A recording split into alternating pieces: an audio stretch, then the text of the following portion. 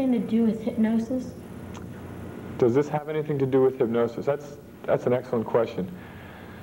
Relaxation combined with imagery is extremely similar to hypnosis. Now, in hypnosis, you're in, as I mentioned earlier, a somnambulistic state when you're at the deepest level. Now, some people feel when you're at this state, your mind is more amenable to suggestions, meaning that you are more readily able to pick up suggestions that are given to you. So that's why we go through a relaxation phase, which gets you into that deep state. Then we give you suggestions through imagery, which is how we see things in our life. For example, let me ask you all a question. How many windows do you have on your house, in the front of your house at home? How many windows do you have there? How many? 4. How did you know that?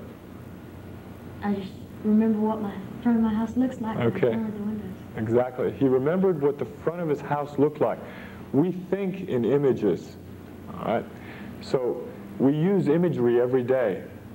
And that question you said about hypnosis, when a hypnotist hypnotizes a subject, he allows his subject to get down into this deep level, and then he gives suggestions that will, hopefully these suggestions will be helpful to the person. There are some hypnotists out there that are stage hypnotists that will make the person do some strange things. But you can't be made to do anything you don't want to do under hypnosis.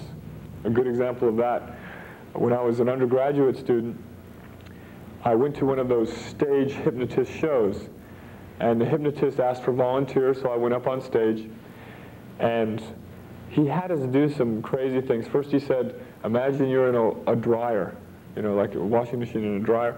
So we imagine we're in a dryer, and everybody on the stage is just rolling around, and everybody in the crowd was laughing, and that was fine.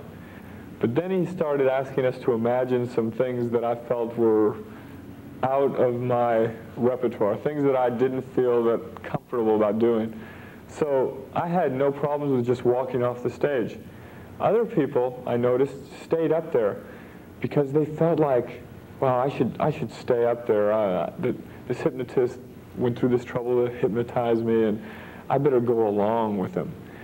And so a lot of hypnosis has to do with, first of all, just going along with the suggestions of the hypnotist. Secondly, being in this deep state. And the third and most important thing is they really don't know what hypnosis is yet. They're still trying to decide. So it's still an open-ended question. Good question.